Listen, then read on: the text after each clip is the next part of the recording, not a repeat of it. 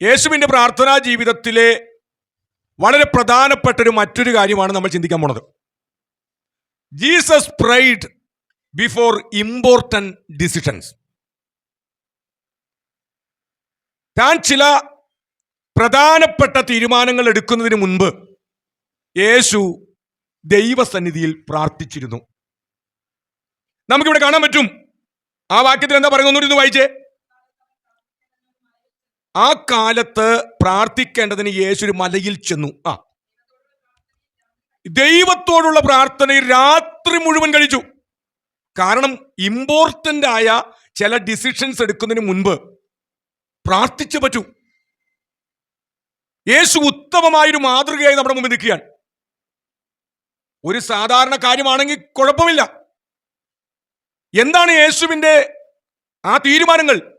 തൻ്റെ കൂടെ വർക്ക് ചെയ്യാൻ, തൻ്റെ കൂടെ സഞ്ചരിക്കാൻ, തന്നെ സഹായിക്കാൻ, എല്ലാ പരിശീലനങ്ങളും നൽകുവാൻ ഉത്തമരായ 12 ശിഷ്യന്മാരെ തനിക്ക് വേണം. ഒരുപാട് ആളുകൾ ഇപ്പോൾ തന്നെ യേശുവിന് മുമ്പിലുണ്ട്. യേശുവിനങ്ങൾ ചെന്നിട്ട് ഓരോരുത്തരെയും നീ എൻ്റെ ശിഷ്യനാകട്ടെ,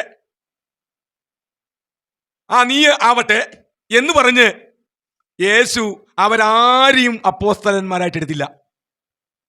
യേശു അങ്ങനെ എടുക്കുന്നതുകൊണ്ട് ആർക്കെങ്കിലും ചോദ്യം ചെയ്യാൻ പറ്റോ? പറ്റില്ല.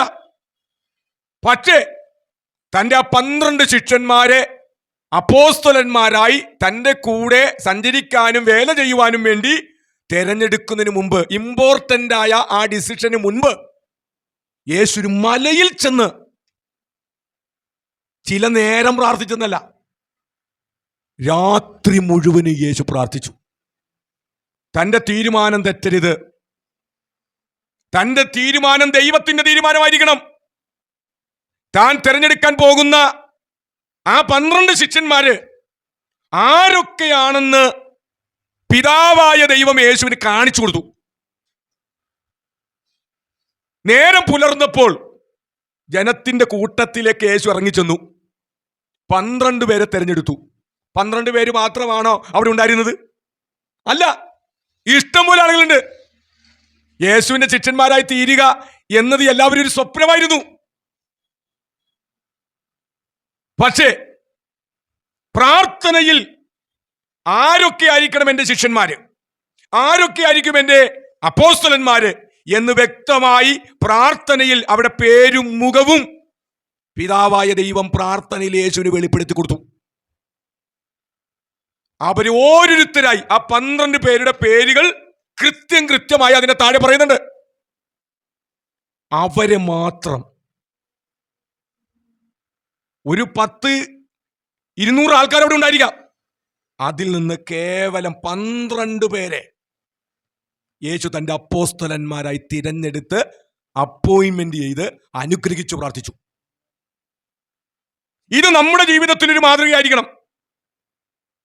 നമ്മുടെ ജീവിതത്തിൽ നമ്മൾ മുന്നോട്ട് പോകുമ്പോൾ, നമ്മുടെ ഭാവിയിലേക്ക് നമ്മൾ നടന്നെടുക്കുമ്പോൾ, ശുശ്രൂഷ ആയിക്കൊള്ളട്ടെ, ജീവിതമായിക്കൊള്ളട്ടെ, നമ്മുടെ ഭാവി ആയിക്കൊള്ളട്ടെ, മക്കളുടെ കാര്യമായിക്കൊള്ളട്ടെ, ഏത് വിഷയമായിക്കൊള്ളട്ടെ, ഇമ്പോർട്ടൻ്റ് ആയ പ്രധാനപ്പെട്ട തീരുമാനങ്ങൾ നമ്മൾ എടുക്കുന്നതിന് മുൻപ് യേശു പ്രാർത്ഥിച്ചതുപോലെ ആ വിഷയത്തിന് വേണ്ടി ഒരു ദൈവിക ഗൈഡൻസ് കിട്ടുവാൻ, ഒരു ദൈവിക ദർശനം കിട്ടുവാൻ, ഒരു ദൈവത്തിന്റെ പ്ലാൻ കിട്ടുവാൻ, ഒരു ദൈവത്തിന്റെ റെവലേഷൻ, ഒരു വെളിപ്പാട് കിട്ടാൻ വേണ്ടി നമ്മൾ എന്ത് ചെയ്യണം? ആത്മാർത്ഥമായി പ്രാർത്ഥിക്കണം. ഞാൻ നിങ്ങളോട് ചോദിക്കട്ടെ, നമുക്ക് അപ്രകാരമൊക്കെ പ്രാർത്ഥിക്കാൻ പറ്റുന്നുണ്ടോ? നമ്മളങ്ങ് ഓരോ തീരുമാനങ്ങൾ എടുക്കുന്നു, നമ്മളങ്ങ് മുന്നോട്ട് പോകുന്നു, പിന്നെ ചെന്ന് കുഴിയിൽ ചെന്ന് ചാടും, പ്രതിസന്ധികളിലേക്ക് പോകും, പിന്നെ കൈയും കാലും ഇട്ട് അടിച്ച് കരയാൻ മാത്രമേ നേരമുള്ളൂ. ഞാൻ പറയട്ടെ ദൈവമക്കളെ, നമ്മൾ നമ്മുടെ സ്വന്തം ബുദ്ധിയിൽ നിന്ന് എടുക്കുന്ന തീരുമാനം കൊണ്ടാണ് മുന്നോട്ട് പോകുന്നതെങ്കിൽ നമ്മൾ വിഷമിക്കേണ്ടി വരും. എന്നാൽ പ്രാർത്ഥിച്ച് ദൈവസന്നിധി സമർപ്പിച്ച് നമ്മളൊരു തീരുമാനമെടുത്ത് നമ്മൾ മുന്നോട്ട് പോയാൽ ഒരിക്കലും ലജ്ജിക്കേണ്ടി വരില്ല. ഒരിക്കലും. ദൈവം നമ്മളെ മാനിക്കും, ദൈവം നമ്മളെ സഹായിക്കും.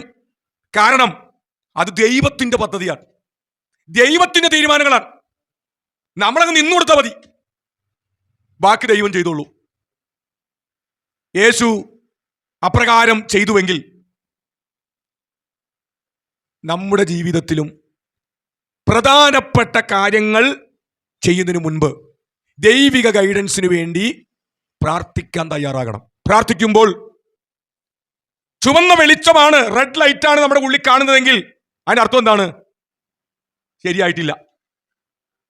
റെഡ് ലൈറ്റ് മാറി ഗ്രീൻ ലൈറ്റ് ആകുന്നവരെ പ്രാർത്ഥിക്കണം. ഗ്രീൻ ലൈറ്റ് എങ്ങനെ കാണാൻ പറ്റും? നമ്മുടെ ഉള്ളിൽ ഒരു സമാധാനം ഉണ്ടാകും. നമ്മൾ പ്രാർത്ഥിക്കുന്ന വിഷയത്തിൽ ഒരു സമാധാനം, ഒരു ദിവ്യ സമാധാനം കിട്ടിക്കഴിയുമ്പോൾ ഗ്രീൻ ലൈറ്റായി. പിന്നെ മുന്നോട്ടങ്ങ് പോയാൽ മതി. പിന്നെ ഒരു പ്രശ്നമില്ല, പോവുക. യേശു അതാ ചെയ്തത്. നമുക്കും അത് ചെയ്യാൻ കർത്താവ് സഹായിക്കുമാറാകട്ടെ.